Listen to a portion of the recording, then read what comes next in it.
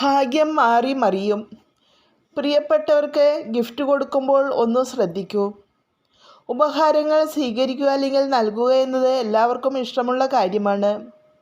ഒരു വ്യക്തിക്ക് ഉപഹാരം സമ്മാനിക്കുന്നതിനായി നാം ഏറെ ആലോചിക്കാറുണ്ട്.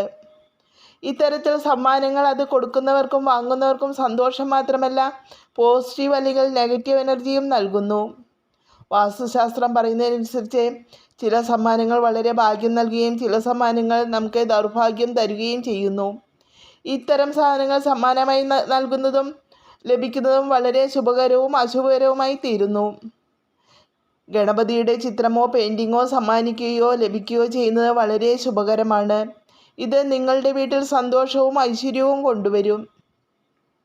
വാസ്തുശാസ്ത്രമനുസരിച്ച് വെള്ളി കൊണ്ട് നിർമ്മിച്ച സാധനങ്ങൾ സമ്മാനമായി നൽകുകയും സ്വീകരിക്കുകയും ചെയ്യുന്നത് ലക്ഷ്മി ദേവിയുടെ അനുഗ്രഹം ലഭിക്കാൻ വഴിതെളിക്കുന്നു. സമ്മാനമായി ഒരു ജോഡി ആനയുടെ പ്രതിമകളോ ആനയുടെ ചിത്രങ്ങളോ നൽകുന്നതും ലഭിക്കുന്നതും വളരെ മംഗളകരമാണ്. കടിഞ്ഞാണില്ലാത്ത വേഗത്തിലോടുന്ന കുതിരകളുടെ ചിത്രം വീട്ടിലുള്ളത് വേഗത്തിലുള്ള പുരോഗതി നൽകുമെന്നാണ് വിശ്വാസം. വാസ്തുശാസ്ത്രം പറയുന്നതിനനുസരിച്ച് വീട്ടിൽ മൺപാത്രങ്ങളോ മണ്ണുകൊണ്ടുള്ള അലങ്കാര വസ്തുക്കളോ ഉള്ളത് വളരെ ശുഭകരമാണ്. ഇത് വീട്ടിൽ സന്തോഷവും ഐശ്വര്യവും വർദ്ധിപ്പിക്കുന്നു. അതുപോലെ നിലവിളക്ക് സമ്മാനമായി കൊടുക്കരുത്.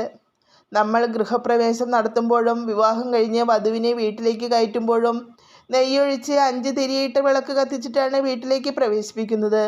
ഹൈന്ദവ വിശ്വാസപ്രകാരം ലക്ഷ്മി ദേവിയായിട്ടാണ് ഈ ചടങ്ങിനെ സൂചിപ്പിക്കുന്നത്. അതിനാൽ പോസിറ്റീവ് എനർജി തരുന്ന വിളക്ക് ഒരു കാരണവശാലും സമ്മാനമായി നൽകരുത്.